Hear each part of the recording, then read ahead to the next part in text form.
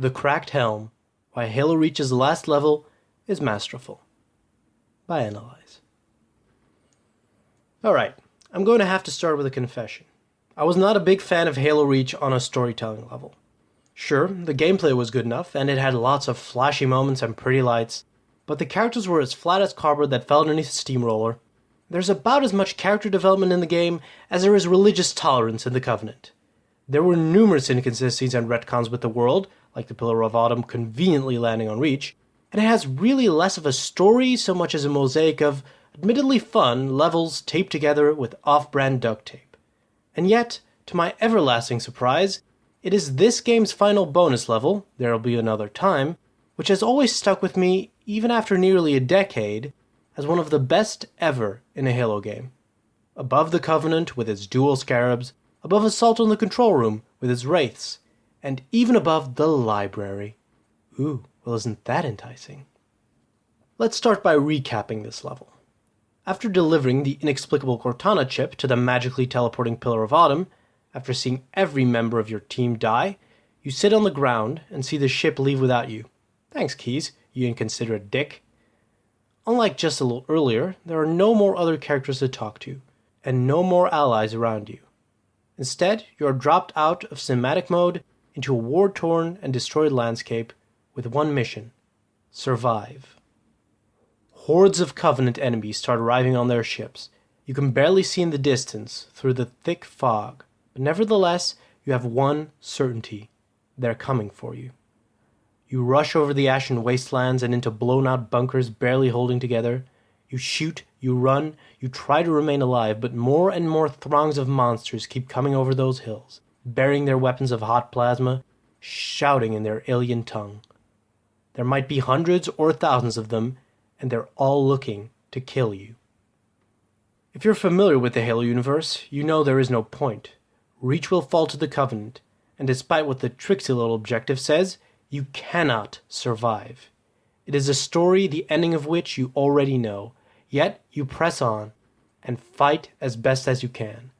After you start taking significant damage, your helmet starts cracking more and more, like a doomsday clock ticking away the final minutes of your life. It is a constant reminder of your impending and inevitable death. You continue fighting a little longer till you fall and the game is over. Alright, you might say, sounds like a carefree and happy ending, but why is this the best level in all of Halo?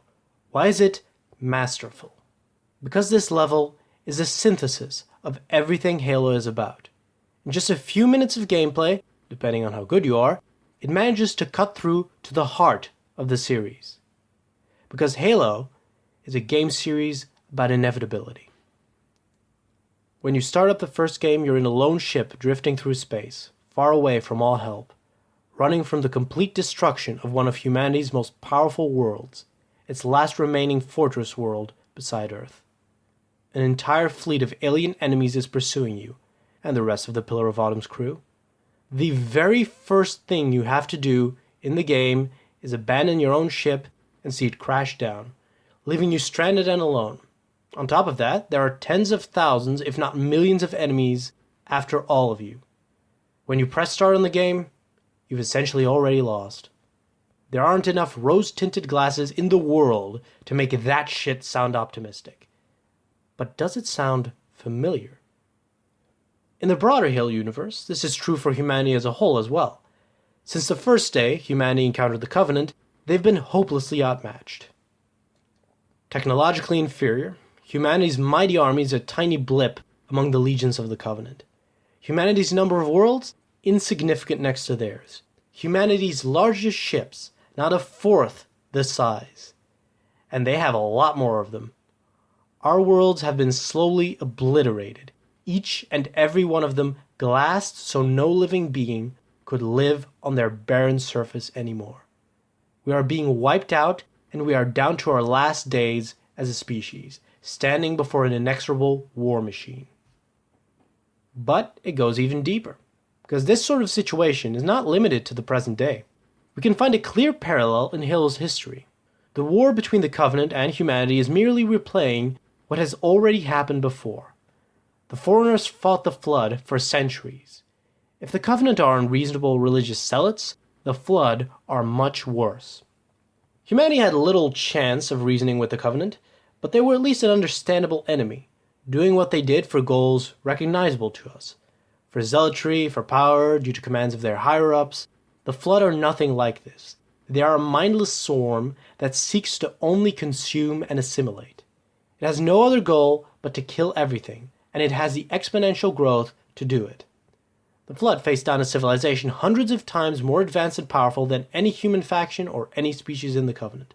But even the mighty Forerunners were slowly stripped down and destroyed, left with only one solution to try to save everyone else: their own annihilation.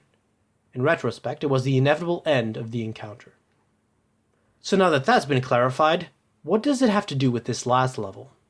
These examples, which are 3 of the most important landmarks in the Halo universe, have their essence captured in "There'll Be Another Time," but in a way that's more personal than ever before. It's not just your ship's annihilation, or your species, or your galaxies. It's your own.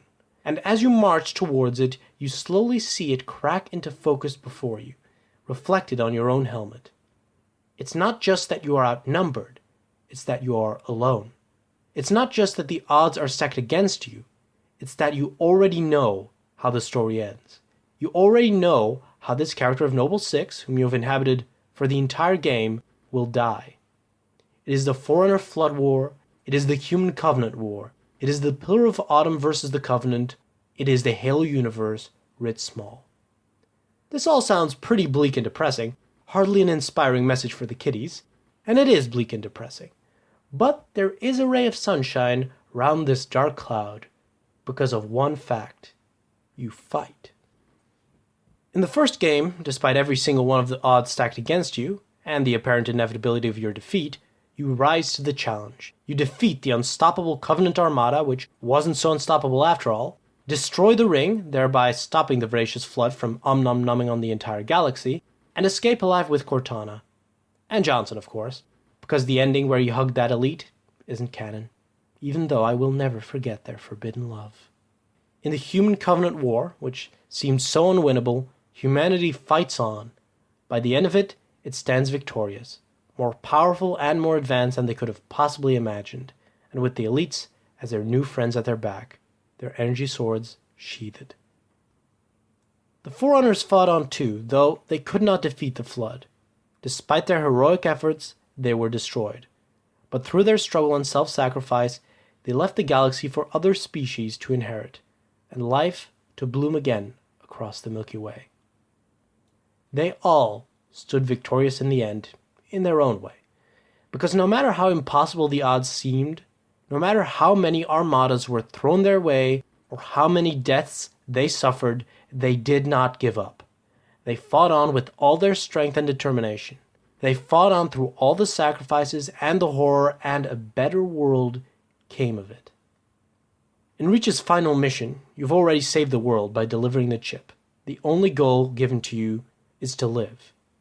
In the end, your task is impossible, and you know this. You know this from the lore, you know this from the first game, you know this from the impossible hordes of enemies being spewed at you, you know this from each crack in your helmet. You know this from playing the level over and over again and never winning. And yet the game beckons you to fight on. It tells you survive, to not give up, to never give up, even in the face of what looks like inevitable loss. It plants in you some small ray of hope that one day you will see the last elite fall to your feet and stand looking out over the wasteland victorious. And that's why it is masterful. The level uses the visuals of a blasted wasteland, your HUD cracking, its infinite horde mechanic, and the fact that you know how the story ends.